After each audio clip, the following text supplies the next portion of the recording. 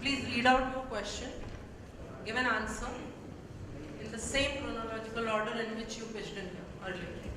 Team 1, please. I'm from Team Avanti. I got a question from Mr. Ramon Agarwal asking me to explain the financials in much more detail. So, if you can refer to my slide over there. So, the financials are provided in the write-up, sir. Yes, sir. Yeah, sure. Well, whilst everybody has given a brilliant presentation and each of the ideas is pretty novel, amongst all the 14 presentations, I could see that only one presenter, 17 less, 1% did do it, so 16 presentations, only one person did justice to the financials, and that is Team 15 Mushrooms. If you see, that person has actually given a detailed cost input and arrived at a profit for the year end. Whereas each one of you, the other 15, have given hypothetical figures. People sitting in the panel here have to get the justification from you that what you're trying to say is actually doable. Therefore, whilst I have given the highest mark to this one person, Mushrooms, and I must compliment because he's given exact cost of procurement of land, cost of labor, cost of input, and arrived at the financials, whereas none of you others have focused on that. And that should not take away from you the effort that you put in, because each idea is brilliant. Thank you, sir. So, should we have the questions now? Or any other general observations I think the panel likes to share? Yes.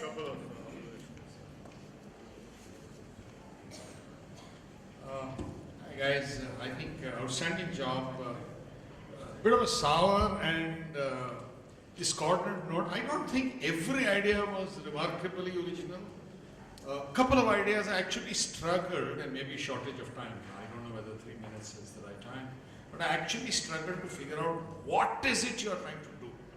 I don't want to give an example because that gets very tacky, but there was some ambiguity as to, the headline is known, but what is it that you are wanting to do? And I think overall the number of slides, because we are a panel of completely disjointed people, different walks of life. The format, if it could be more homogeneous, it makes it easier. The way you use currency, somewhere it's rupees in full, rupees in lakhs, rupees in crores, somewhere it's dollars with Indian commas. I think these are things as management students you guys need to fix, right? We can interpret all of that, but those were some of the things that I was kind of worried about. And then what are the assumptions? Exactly to the point that he made, even if we are trying to do a blind one on the revenue numbers and the figures, if we have assumptions, it makes it easier. But I think still, great job. Not to throw cold water. Anyone else? I would like to say something. Good presentations, lot of good themes, but one thing I found missing in many of the presentations was who is the customer. Nobody has actually clarified who the customer is. I mean, there are some of the presentations at least which haven't clarified who will pay, what is the revenue model. It's missing in many. And as I actually already said, how the underlying assumptions are being demonstrated, that's something which is missing. So a basic business case has been found missing in many of these presentations. I'm not trying to be critical of the idea, but many good ideas can get lost if they are not presented well.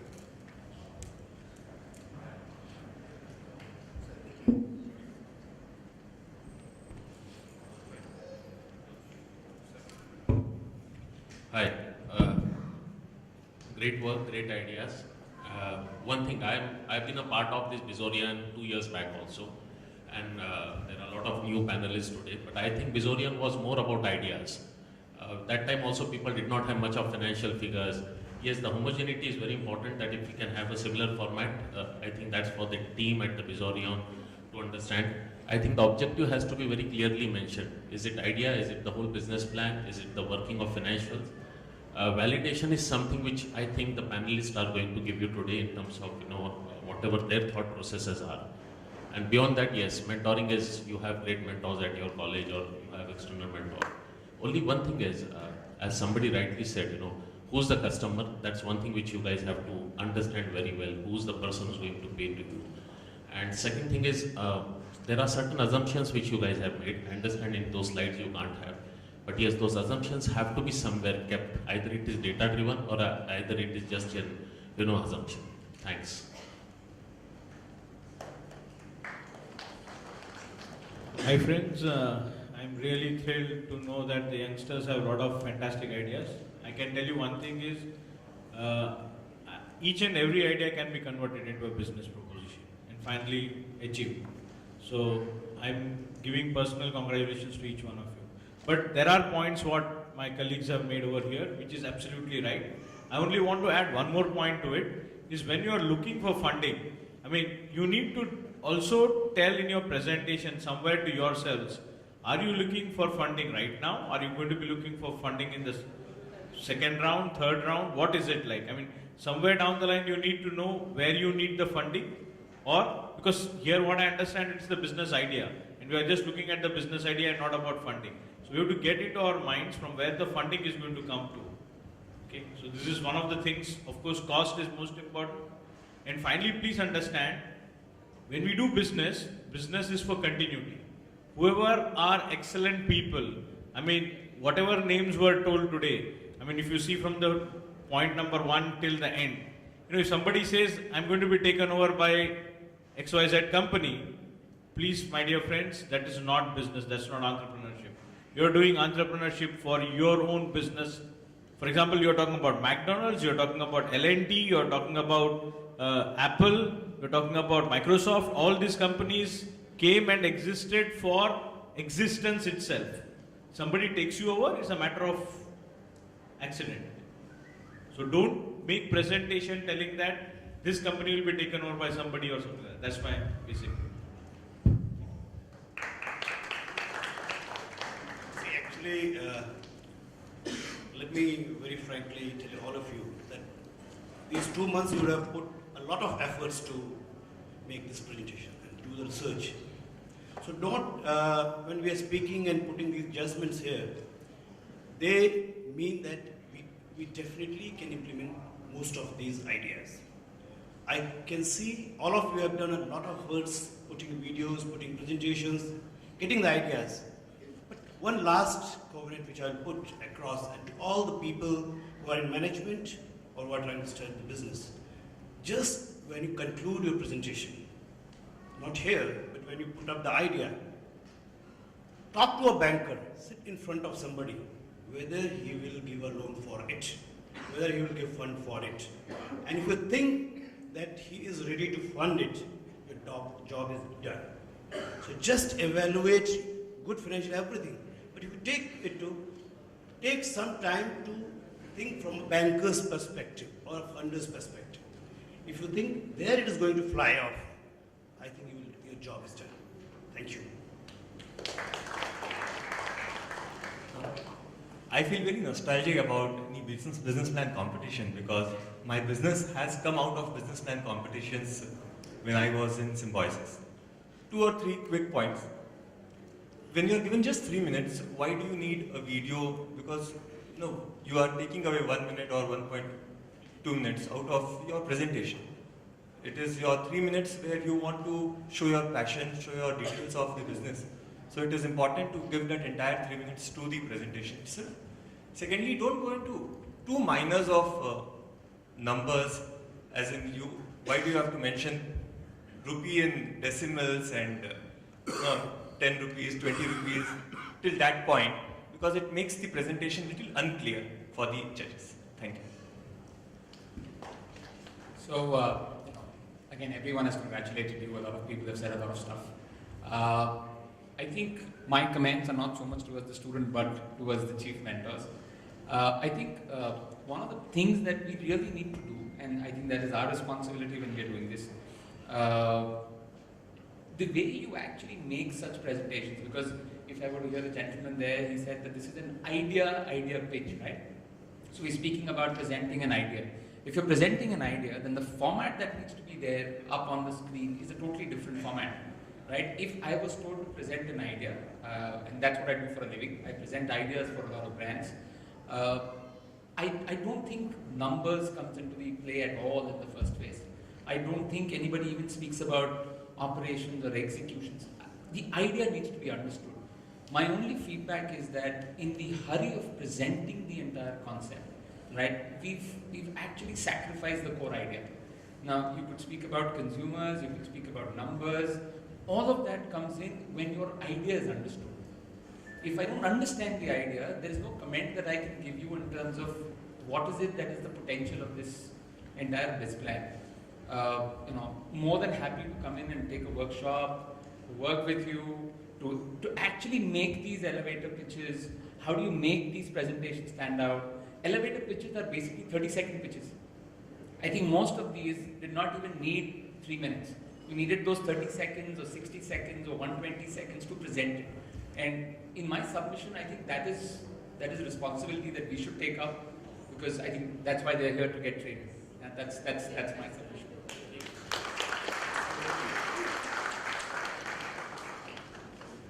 Very good presentation. Now this is from the legal side of the thing. In your financials, you could have factored in intellectual property. Okay, that was not done. Intellectual property. There is a cost to intellectual property. Number 2 is that you have got to factor in business opportunity loss in what is called loss to competition, which was also missing. And the third thing is, I would also like to chip in with the chief mentors to really put in your game plan, how to be doing the financials right, so that you will be able to get in with the banker at the first shot. Last but not the least, traction achieved. You could have done much better on traction achieved. All the teams, I felt it was a little trifle below par. And one more observation is your research was really, really good, and your ideas were very timely. They say nothing succeeds like an idea whose time has come. And all these ideas, the time has come. You will succeed. I'm very sure about it.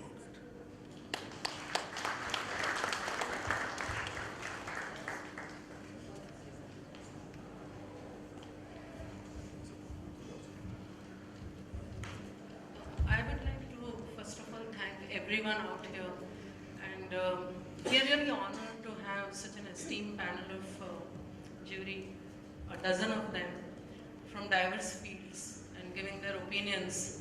And to an extent, the purpose of having such an esteemed panel has really been served, in the sense that when you hear the praise, you feel inspired. When you get constructive criticism, you learn how to do it better, isn't it?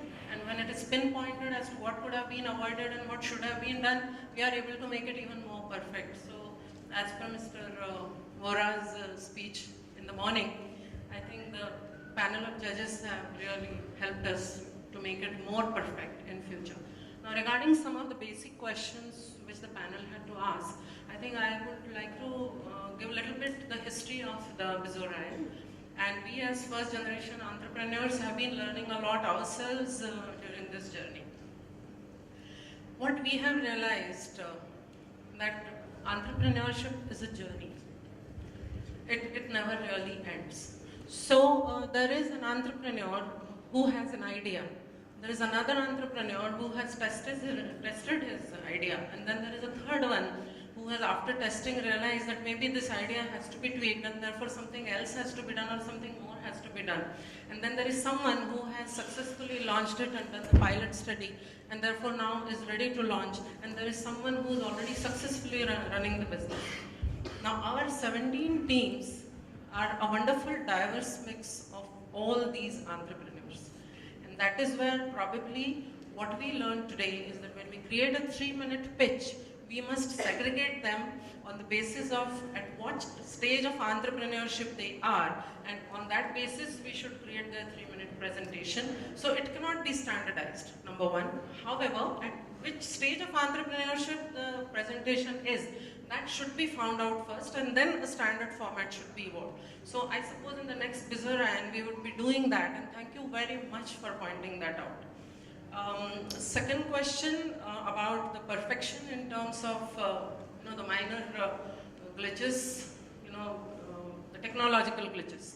Most of them were asked to actually play a video so that they could then save the time to introduce what their idea is or what their enterprise is if it's already running. Now we had a little issue with that, but then that's it. I mean, entrepreneurship is about that only. Every time you are trying to make something work and you just learn one more way that it doesn't work, right? So in Edison's words, we say that it is only the 1,000th time that I know how the bulb lights, and so I know that 999 times it does not work. So I guess this journey helped us realize that also. So I am really going to thank each one of you for that again. Now may I have your permission therefore for them to go through their questions now, or is there something else you would still like to say? Should we? Yeah. And one more thing, we are entrepreneurs, but I would say a lot more teachers. So there is an effort, and a deliberate effort that, I think all of them, they first said no to presenting a 3-minute pitch, right?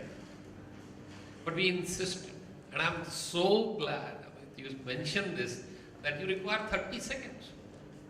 So when it's talking about idea, and I think this coming from you means a lot to us, and I think all these people are now learning that, if it's about the idea, 30 seconds should have been enough to talk about the idea. So one deliberate effort on our part was also to have such feedbacks coming from you, because when we say it's like ghar ki murgi dal barabar, so when it's coming from experts like you, there's a lot more seriousness and a lot more learning that they are having. So thank you for pointing that out. Second is that the details on the financials, etc. Again, now putting financials into, let's say, 45 seconds, 30 seconds, 40 seconds, 45 seconds, in an impactful way. We wanted them to learn how to create an impact on the audiences. So some of them have succeeded, some of them have not, but the effort was let them know whether they are making an impact and the right kind of impact, and what they have to now take home from that. I'm sure that they will at the end of the day. Coming to the details of the revenue modeling, etc. I think in 3 minutes that there were some inherent limitations on that, and I think they have done a good effort in their detailed presentations. Now, as you said, all ideas are good, right? It's the execution, and it's the 4 P's that we heard about from Virendra this morning, so beautifully put. And I add the 5 D's: the direction, the dedication, devotion, discipline, and deadlines. So if you have the 4 P's plus 5 D's, I think every idea will work. And that is where I think in the execution they will learn. So what we have done is we are not rejecting any idea. We are creating a concept of business factory on campus. They have 3 years, some of them have 2 years. Let them run, let them create the pilot, let them at least learn what makes it work, and more important, let them learn what doesn't work. So we are trying to create an ecosystem and making them a part of it, and I think your wonderful suggestions, invaluable feedbacks are going to make them better entrepreneurs, are going to make them better communicators, and that was an intended effort. Yeah? Thank you so much for your lovely feedback, and let's go on to the questions. So the first team, please read out your question, give your answer. So it's based on financials are hypothetical. So if you refer to my slide that I've given, my majority of my costs, the revenues are coming from memberships. So I've seen that in a particular education, in a residential area, there are around 15,000 school students. So out of which, even if I'm able to capture 1,000 students who opt for my services, and I have plans varying from 1,000 rupees to 5,000 rupees. So at a median range of around 2,000, I'll be earning 20 lakhs per center. So for the first year, I've assumed 3 centers, so that will give around revenues of around 60 lakhs. And my major costs are the office space renting, then there are 4 employees, customer service reps, then sales marketing guy, and the accountant. Those salaries come out to around 11 lakhs, and the rent around 3 lakhs per year, and accordingly it's around 16 lakhs per center. So based on that, 48 lakhs would be for the 3 centers. So profits around 15 lakhs because there are other sources of revenues as well. So that's what justifies my model. And this entire presentation of 3 minutes of every team is available in the docket here, if required for the cross-reference. Should we move on to the next team, or any more questions for the first team? No? So the next team, please. Yeah, we are team bandwagons. Okay, we got questions related to financial model, so the revenue model. So I'll just specify that we are acting into 3 different areas. First is artist management, second is event management, third is content management, that is the online promotion. And in that we have different packs, so there's corporate artist pack, private artist pack. In event management, again college event pack, the private artist pack, and the content management is a promotion pack. And accordingly the revenues are generated. Yeah, that's it. Shall we move on to the next? The next, please. Next team, please. Hypothetical, no basis is provided. So basically we have shown in the slides that the target segments, the major target segments are IT and BPO center. So what we have identified is that we are going to set up our business in Thane. So we have already contacted call centers and we have offered our service to them. So they are ready to tie up with our service. So we can generate constant supply of orders from call centers. Like this, also there are other segments like college going students, late night parties. We can also tap this market also. So from this market also we can generate a supply which will be variable. So based on our model, we have identified that the profit in the first year is 30 lakhs. Because in the first year we are not going to set up our own kitchen. The supply of food is from the catering. So we are going to basically tie up with various caterers. So the initial investment is also low. So in this, from second year we will expand in Mumbai. So wherein we will set up our own kitchens as well. The next one, please.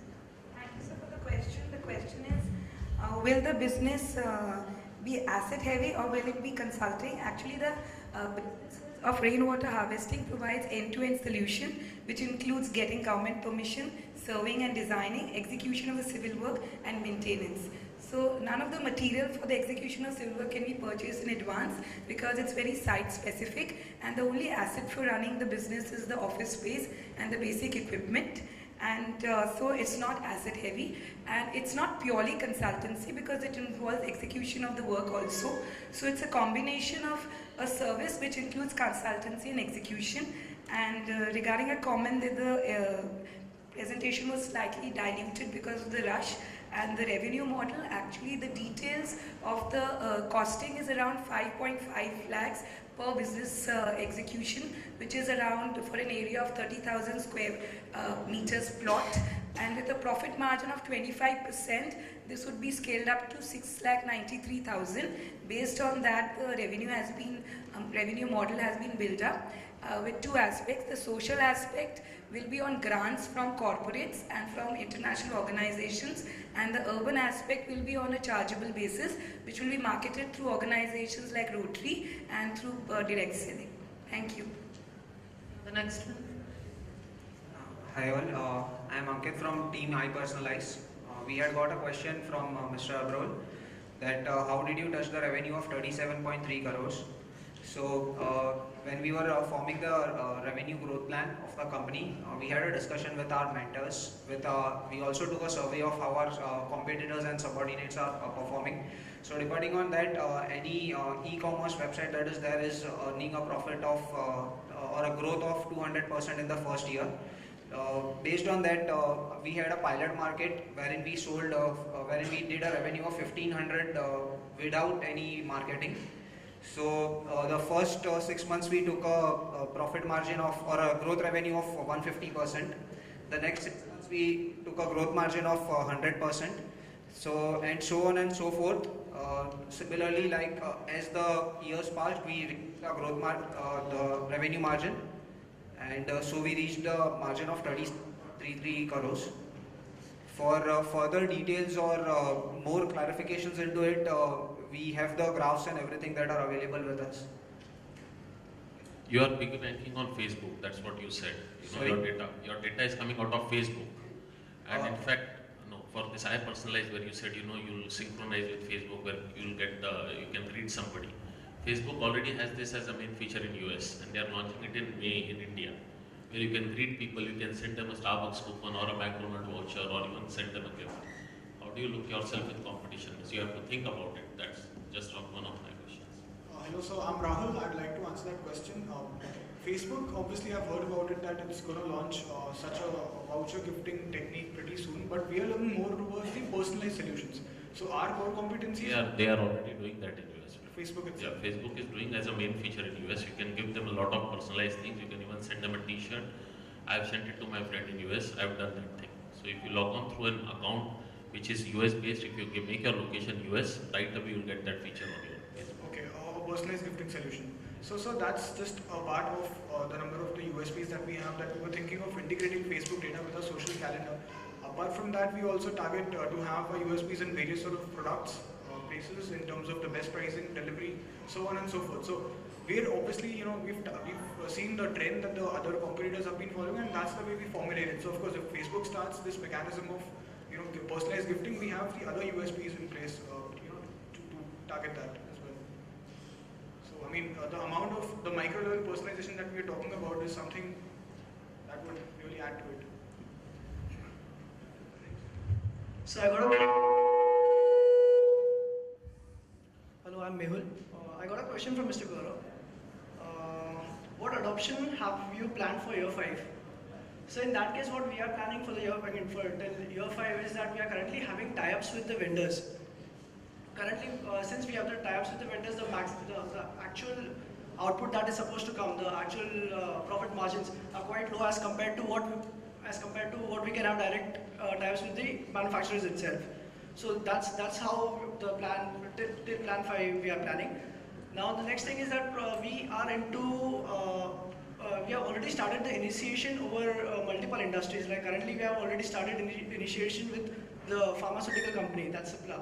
We are in a little tie-up with them as well for their products, as if we can customize their pens and everything to the doctors they recommend. So that's how it is.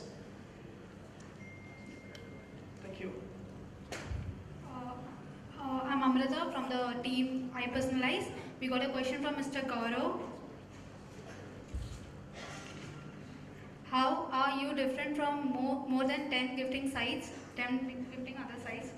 So the answer to this question lies in our USPs, wherein we have described about the micro level customization. From the research that we have done on the competitor sites, they give some kind of templates to you, a basic standard templates, and you have to choose from one of them. But what we will provide is an editor on our website, which would be a very user-friendly tool, and they can actually go and get into the micro level of personalization that they would like on their personalized gifts they are gifting to their loved ones and dear ones. They can actually have the look and feel of the product before buying it, so they actually know what are they gonna deliver it to their relatives or to their friends.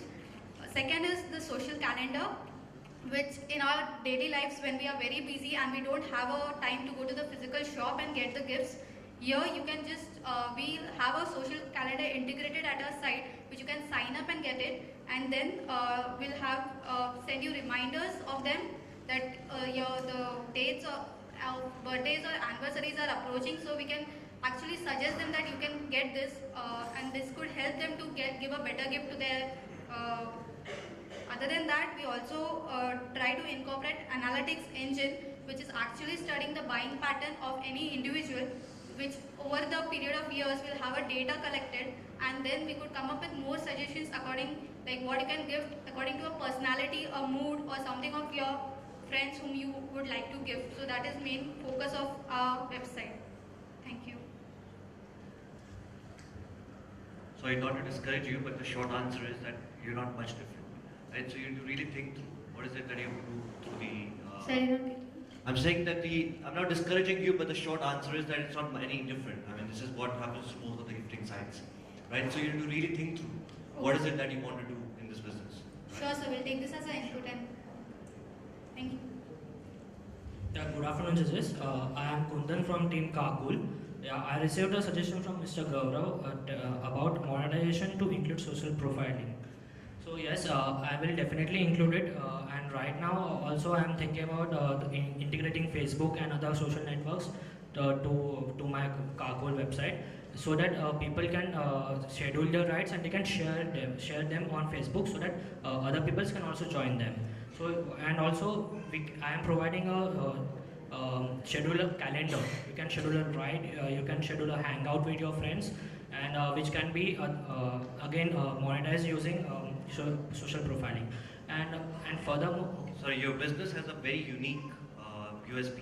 You will eventually end up aggregating consumers either in or people in a similar area or with similar profiles. Right? You will carpool with people who will be like you. You will make friends. Right? So that is a very, very, very powerful group of people. Right? So that will be that non-linear business. Right? It's going to be far significant and far bigger than what you have planned for in your business model. And that was the whole suggestion. I mean, your revenue should be eventually 30-70, 30 from your subscription and 70 from all of this that you have not planned for. Okay, sir. Thank you. Good afternoon. My questions come from Team Lakshya. This is a very interesting thought, but how will you achieve adoption? High-profile consumers don't pay $200 for Apple Protection Plan. So the answer is, firstly, which I want you to answer first. Is it true or not? I mean, you know that, right? The Apple Care consumer plan, right? If you look at the adoption rates in developing countries or even in developed markets, it's less than 15-20%. And these are consumers who are buying $1,500, $1,600 worth iMacs and MacBooks and whatever not, right? So just put that in line. Sure. So first of all, our strategy is pull strategy. We advertise on Google AdWords. So when there is already a pain in the consumers, see, people do not go proactively. But what happens when there is a pain? People are ready to pay. Like over here, the video was not working. A person would have paid $100 to get it resolved immediately. My friend's Outlook was not working, so he was ready to pay it. So what we are doing is we are entering through a pain point. We are not just going through a push market and saying, we are selling AMC, please take it. We are not doing that. Again, we are targeting the developed markets, so there is already an adoption. Yes, we have worked out on financials. I'm currently from the industry, and I'm working as one of the campaign managers for a leading tech support company. And we see, we have fairly worked out a conversion rate. What kind of conversion rate? People say that we are currently running this campaign on routers. People pay for router password recovery. $50 router, people pay $100 for one-time fix. This is what we have seen in the industry. And our biggest competitor, IoT, charges $49 only. Still, we are able to charge $100 and $120 for one-time fix. When I spoke to my boss about that, why are you charging so high? He said, my idea is very simple. He wanted to push an average order value, a high average order value. So the perceived benefit is pretty high when you say $100 for one-time fix and $170 for unlimited support. This is what makes an impact. So our target is developed markets. Yes, there will be people who will not be comfortable with giving remote service, taking a remote service. We have worked out on that. We have a 15% conversion ratio in place. For our routers, we have a 10% conversion ratio. For our virus-like issue, 1 of 3 customers buys out the service plan. So this is an industry standard which we are following, which we know that this exists. Trust me, for a person like me, the initial thought, who will pay for $100 for a router? For a router password recovery, when $49, $50 you get a new router. But this is what is happening.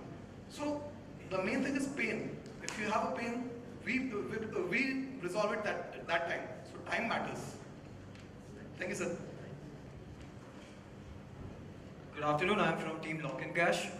Fortunately, unfortunately, I haven't received any question, but I received a compliment from Mr. Gaurav, and he has expressed his interest to mentor me on this project further. So it's a huge thing for me. Thank you very much, sir.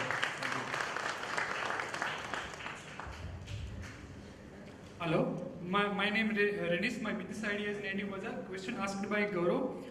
Great impact on the community, but how will you scale up? This will need a lot of tie-up, product profiling and certifications. Just a marketplace may not be work. So that is actually true, because I also know that is a big challenge to tie up with the supplier. So initially I am going to take the supplier from Gujarat and Rajasthan, and I am going to going to take a specific product like namkeen, sweets and clothes. So I am going to choose from only these 2 states, and I am going to provide to the metro cities and mini metro cities. So after that I am going to scale up from that. Thanks. Good afternoon all. I am I'm Naveen Bandaru from NMS Solar, part of Dubai Manufacturing Solutions. My focus was on introduction to the idea in my 3-minute presentation, and the question I have received is from Mr. Raman Abril. Sustainability not explained, cost of replacement of parts, AMC cost, solar standalone is still a big question. So with respect to sustainability, I have a strong belief that solar is the only sustainable business in the long run for our Indian subcontinent. The cost of replacement of parts, what we are guaranteeing a life of 25 years for our system. In that, the first 5 years has a free replacement warranty of the parts due to technical failure or anything like that, but not for mechanical damage.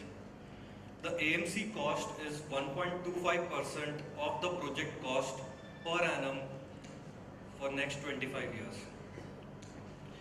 Solar as a standalone system, I think it is a new concept, so I think there are big questions, but with proceeding time, the questions will keep getting smaller and smaller with increasing awareness levels. So that's what I would like to say. If any other questions? I have one question. One is scalability of your own business, not Tata Power or Tata Solar business. And how different are you will be, or are you or will be, than any other Tata Power partner? Fine. See, actually, the start that we have got is because of them, but that is not the end. It is a start. We have ourselves actually dedicated a lot of time in understanding the business and designing customized solutions for the customers. What I meant to say is, yours is a contractual business. Till the time you are in contract with Tata Power, Tata Solar, you are there in business. See, we buy only the components from them. The designing aspect and all is done by us. So we buy only the panels and the inverter from them. So in that sense, we are only tied up to them for a restricted time to buy the panels. But if I want to design a system on this particular building, if World Trade Center says I want a cafeteria on World Trade Center with this kind of design. So we look into the entire aspect. Of course, we source our products today from Tata Power Solar. Tomorrow it can be any Chinese importer. But the idea is in the entire turnkey project, right from design to erection to purchase to giving a complete solar solutions which we use, right from the inception. Once the customer feels that he wants to go solar, right from the start as a consultant, we believe that we have to guide him to the best possible we can for him to go solar. I have had a lot of experience on solar, and if we segment it into two parts, the thermal part and the light part, correct. Inevitably, the light part is being used more where existing electricity is not there. Correct. Right? Yes. When you talk about things like inverters and batteries, etc., the biggest challenge comes there. I think you need to look into this model because I know of a lot of manufacturers, a lot of suppliers who are actually falling flat. Correct. People are actually losing faith because they are unable to correct this lacuna, how to service the inverter, the battery. That's part one. You need to look into this. The other part is about the thermal. A lot of cities are using solar energy for thermal purposes, but there is an inherent loss, and that's a huge loss. An example is if suppose you want to use solar power to heat the water for say for a swimming pool area. Correct. Inevitably you find that you have to first run the water for about 20 minutes before warm water starts coming in. This is a problem not only in swimming pools, in hotels, etc., etc. Therefore, when I said standalone, solar and standalone just doesn't work. You have to complement it with thermal energy or some other source of energy so that you don't waste that kind of natural resource. You need to go back into this because there are a lot of hiccups happening in solar, and before you get into a business model, please look into the negatives which are the solar industry is facing at the moment. Thank you, sir. That's really invaluable. Next, please.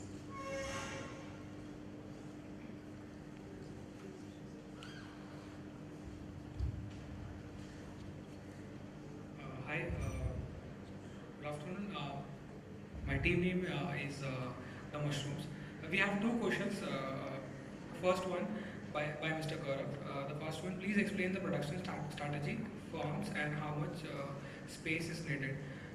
For the production strategy of mushroom, earlier mushrooms were only cultivated in winter seasons, but due to the technological growth, coolers and humidifiers, it can be grown throughout the years.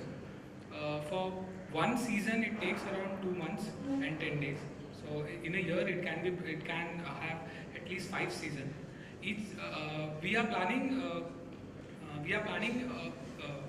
these farms. I have my own farms, which is around 15 acres. Initial stage, I would be starting with half acre of land, and half acre of land can per season gives 20 tons of mushroom production. The second question will be addressed by Kalpesh. Thank you, Ravi. Second question is supply chain. We have a supply chain and in the initial stages we will be producing 20 tons of production in half acre of land. As an export market, the 20 tons would be very less quantity. In the export, there is a requirement of 500 to 1,000 ton in one sale.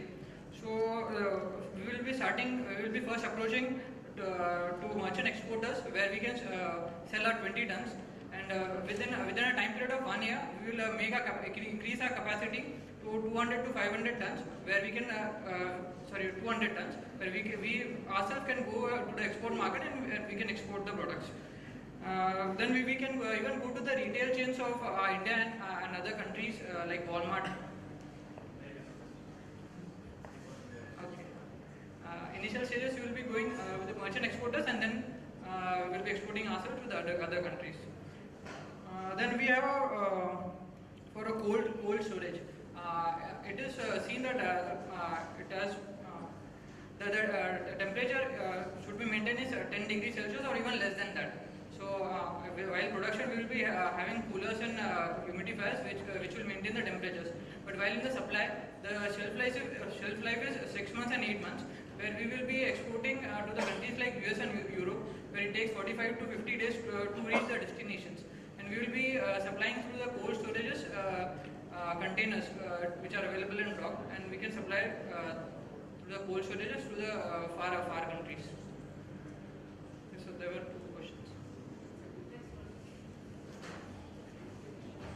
I really apologize for the interruption. I would just like to say that Mr. Raymond Ebrol, who has been so kind enough to spend so much time with us, he has a commitment for the rest of the day and would be taking leave of us now. We would like to express our gratitude with a token of our appreciation. Thank you very much, sir, for your time and support.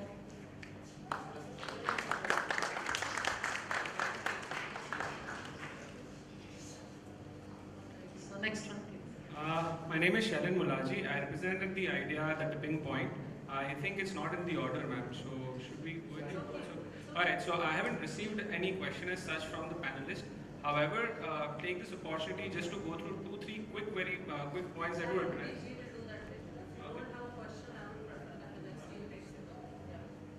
We are the team Vineyard, and we also did not receive any questions. So my team number is 14, Secure Banking Center. So I got question from Mr. Harish Sajar, sir. What is the connectivity as security planned, and if snipping and hacking has been taken place, that technology mentioned by you can be have leakage? First of all, as I said, it is a single access point, end-to-end connectivity. So if you see, first of all, whenever you are accessing the bank network, it will be a remote login, RDP. So you are not working through your workstation, you are directly logging into bank network or bank workstation, and you are providing your authentication, multi-modal authentication, that is biometric plus your 3D security, whatever it is. Then once your session established, you will carry on for one transaction because it is one session burst. As in the case of ATM, you have to give each and every transaction your PIN code again. So it will be again you re-authenticate for the next session, and again connectivity will be done, and you can carry forward next transaction. And for the other, like for example, if you are using smartphone, there are various innovative protocols such as USDT, that is unstructured supplementary service data, will be a protocol. For the GSM cellular services, we will be having secure protocol for connectivity. And for VSAT, we were using expanding globally for VSATs. We have STK, that is systematic toolkit protocol is coming up. And normal lines for online banking and credit transaction, we are using SSL 2.0 and Green SSL. There are various secure session-based end-to-end solutions are coming up. So it is mainly end-to-end connectivity and transaction session-based only. Once transaction based one at a time. So if anybody tries to intrude or invade, so he should have that session ID. If session ID doesn't match, automatically it goes to that tracking system and it will block that particular transaction. I have a quick question, if I may. I'm not sure I understood your idea very well, but you're planning to set up a physical center for remote access. Is that right? Sir, we will suppose you have already existing center. Suppose you can. I wasn't very sure. Is it going to be? I'm sorry. Are you going to, for example, say I'm renting this place and this is going to be a secure electronic center? Is that the idea? You will be like because you are talking of $2 million a pop. Exactly, sir. If you see, they have various aspects of. No. What is the idea? What are you wanting to do? A secure service providing the online channel as well as. So you will like a PCO. You will have. Exactly. Like an ATM. My question there is, why will I as a customer not just go to the branch? Because you can't ever scale up to cover even Bombay.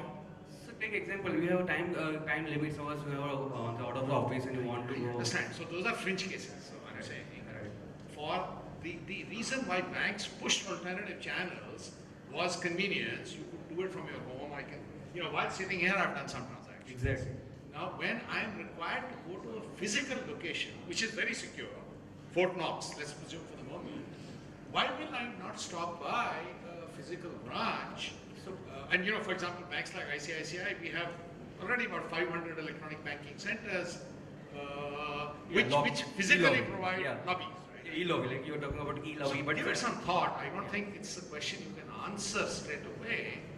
I'm really worried about the business side. What is the problem you're going to solve for the customer? Is it convenience? I can understand 2 o'clock in the morning, odd case, but there people usually need money. They need to draw cash. So give it some thought from a business perspective. Security, technology can all get taken care of. But I really found the $2 million completely wacko from the world I live in. No problem. When if you see the existing customer base, suppose they have there are so many commitment they have done at time. Even for even myself, even people like HDFC started banking on a Sundays, but still had only time to go to the branch or because there is so much rush. Because but you do online transactions even today, and if you are careful, the problem is not that large. Anyway, idea is good.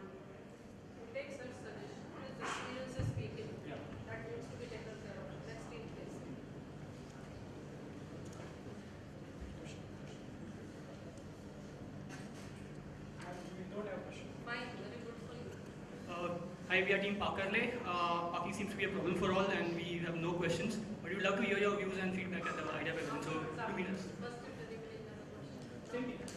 One team.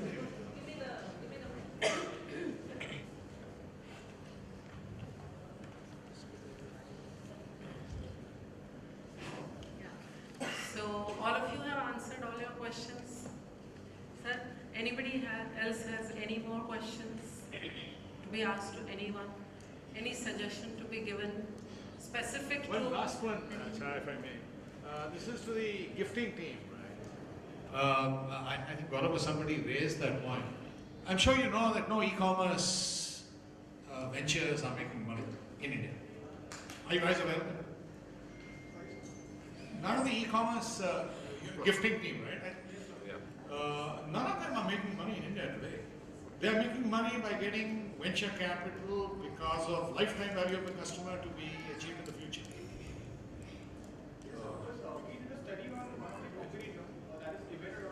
Sorry, which one? Okay, I don't have, I'm talking about the large ones, but keep that in mind. Because it's not really, I'm not saying it won't work, but I'm saying everybody in e-commerce other than Amazon in the US is really floating because of the capital that is coming in, given the customer demographic. So you just need to be cognizant of it. I'm not saying the idea is bad, but you know whether you will be actually in the P&L. I think you gave a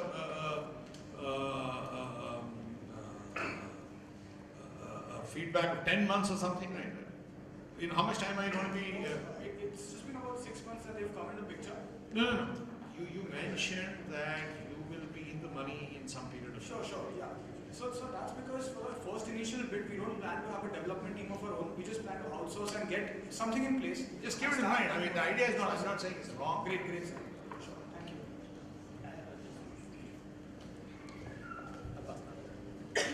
See, actually, if we see all the ideas, they're great.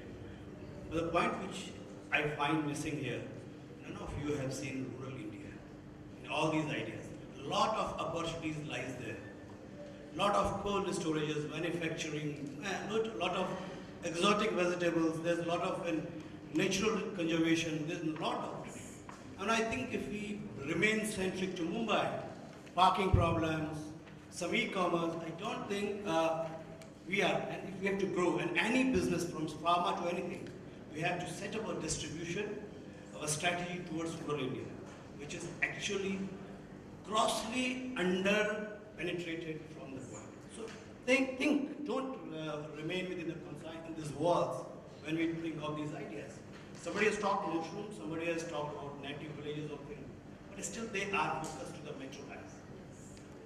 The rural India is growing at a very, very fast pace. And let me tell you, 70% of the vehicles now are there. The small commercial vehicle, entire growth is coming from there. So a lot of things are there which you need to understand and which you need to, explore while you do Google, while you do research, and target them. And their buying strategy, their requirements, and all of them would be slightly different than what we are. Thank you. Thank you, sir. Actually, that's the struggle for them to shake up their MBA tag and start marching towards the rural India for opportunities. You have to forget these air-conditioned halls and the sophisticated English that you speak, and you have to actually go and soil your hands, and entrepreneurship is all about that. So I'm very glad that you have given them that eye-opener. Yeah? Oh, okay, some of them are doing that. So I think a few pointers which I have taken from the judges. Number one is to spruce up your financials and make them legally sound. Then decide which kind of presentation you should have. A 30-second plan where I expect him to come and help us. He says he will help us. Sir also said he will come and help us. And many other aspects, about the e-commerce, about the rural India, and about the reality checks is what they have brought about. So I think all of you have to take note of that, and maybe we should improvise upon it. And the next Bizarre, all of you showcase your ideas already working, so that they feel happy and satisfied about it. Thank you very much, sir. We would love to felicitate you all, and we need now your numbers so that the afternoon session could be planned.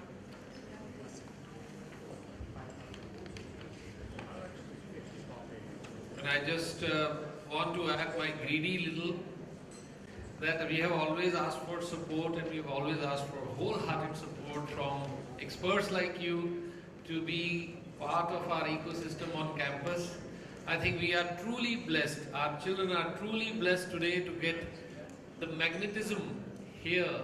So I hope they get magnetized today with the feedback that they have got from the best from the industry. And I think that we are going to request each one of you to take out some time for our campus, and particularly for our business factory. And some of you have accepted that you will come and help some of these ideas, guide them, tweak them. Like I say, ideas are all good. You need to find the way it works. And that's where we look at your expertise. And thank you, sir, so much for your time on Sunday morning.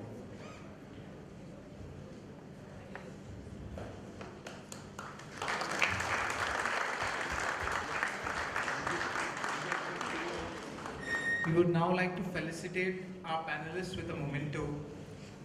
I request the audience to continue their round of applause as we present the mementos. Starting from my left,